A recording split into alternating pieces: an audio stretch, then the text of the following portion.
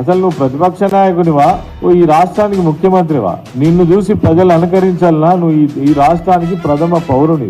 నువ్వు మానవ బామ్మయ్య పేల్తావా? నువ్వు ఈ ప్రభుత్వాన్ని ఎవరైనా విమర్శిస్తే తొక్కిస్తావా? కనుగుడ్లు వీకి గోళీలు ఆడతావా? టేబుల్ తీసి మెడకేసుకుంటావా? ఇదా నువ్వు మాట్లాడాల్సిన భాష? నిజంగా చెప్పాలంటే నీ పైన ఇమీడియట్ గా క్రిమినల్ కేసు పెట్టి నిన్ను జైలు పెట్టాలి. దీన్ని ప్రోత్సహిస్తున్నామని, ప్రజలను రెచ్చగొడుతున్నామని చెప్పాలి. ఒక ముఖ్యమంత్రిగా ఓ బాధ్యతతో మాట్లాడుతున్నావా? నీకు దమ్ము ధైర్యం ఉంటే వేసంగి పంటలు కాపాడు.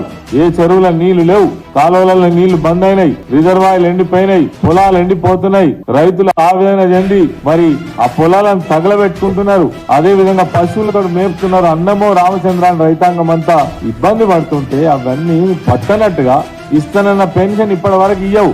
జనవరి నెల పెన్షన్ ఎగబెట్టినావు. ఇగో ఈ రోజు 19వ తారీఖు ఇప్పటి వరకు పెన్షన్ వల్లే 46 లక్షల మంది ముసలి వాళ్ళు, గుడ్డి వాళ్ళు, కుంటి వాళ్ళు, ఒంటరి మహిళలు, భర్త లేనటువంటి వాళ్ళు నీ పెన్షన్ కోసం ఎదురు చూస్తా ఉన్నారు.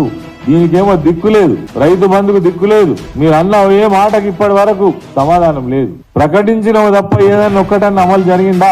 సమాధానం చెప్పు. అది మాట్లాడకుండా ఎవరైనా ప్రభుత్వం నుంచి మాట్లాడితే బెదిరిస్తాం, కేసులు పెడతాం, వ్యతిరేకంగా మాట్లాడనీయం, తొక్కేస్తాం.